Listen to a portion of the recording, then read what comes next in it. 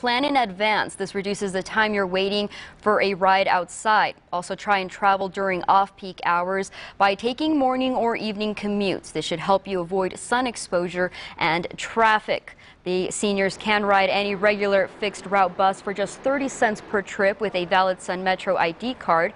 Those cards are free. Local religious leaders wanting to build a community welcoming of migrants, something they've been voicing over the course of 2 days. News Channel 9's Susie Castillo live in downtown El Paso. The Diocese of El Paso is asking community leaders to show support to asylum seekers and start taking action. It's part of an interfaith weekend of solidarity with migrants that started yesterday with a march to St. Patrick's Cathedral here in central El Paso. That was yesterday. Today, it hosted a training on the church's teaching on migration based on scriptures from the Bible. This weekend is a way of showing support for immigrant families who are still separated or detained. In attendance of today's teaching, leaders from several different religions. The class featuring special speakers talking about faith, migration, and the future of the community in the borderland. It was held at the Region 19 Head Start on the east side. Every major religion believes that they have a responsibility towards the poor and towards the stranger and so on. So it's something that unites us.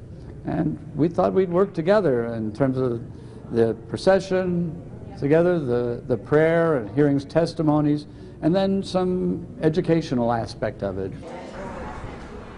Speakers were talking about giving shelter to migrants and helping them thrive in our community. The program also hosting workshops where attendees could discuss any questions or concerns and find a solution to how they can help the cause. Now, yesterday, the group held an interfaith procession which started in downtown Cleveland Square and ended here at St. Patrick's Cathedral in central El Paso. Reporting live, Susie Castillo, News Channel 9.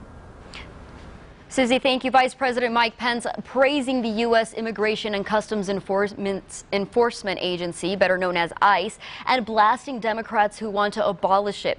While campaigning for Republicans running for office in Tennessee today, Pence saying in the last year alone, ICE agents arrested more than 127,000 undocumented immigrants with criminal records and rescued nearly 1,000 people from child exploitation and human traffickers. The courageous men and women of ICE deserve the support of every American, and they will always have the support of this administration. Some prominent Democrats, including Massachusetts Senator Elizabeth Warren and New York Senator Kirsten Gillibrand, have called for the abolition of ICE. They say they want to create something better in its place. El Paso police say a woman fell from a car early this morning and is now in the hospital with life-threatening injuries. Police say this happened just before 5 this morning at Marshall Road and Liberty. That's near Fort Bliss. It's unclear how this happened. No other information has been given at this time. And Border Patrol rescuing a missing child at one of its checkpoints near El Paso. Investigators telling us it happened at a checkpoint in Sierra Blanca. The child had been reported missing in Phoenix on Wednesday. The woman driving the car told agents she was the mother of the child but had run away with him during a supervised visit. And the man accused of killing his father in their Far East El Paso home, now in jail. Desiderio Agader was released from the hospital and booked into the El Paso County Jail. He's charged with stabbing his father during a fight. As we've told you, police responded to an argument at the family home on Valor Point Drive early Wednesday morning. Officers found the victim in the home with stab wounds to his face and head. The son is now being held on a $1 million bond. We often hear about the need for more priests in local churches, but is that the same case for women? With the Catholic Church focusing a lot of its efforts on inviting men to a life of service, we're taking a look at who is actually answering the call and finding out there's a spike in the number of women choosing this lifestyle, and you might be surprised to see who they are. There's definitely an increase in interest, response to the possibility of a call to religious life among young women.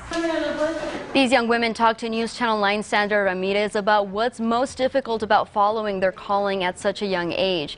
Hear what they have to say in a special report Sunday night on News Channel 9 at 10. Well, it's the end of summer vacation for some, who's expected to be back in the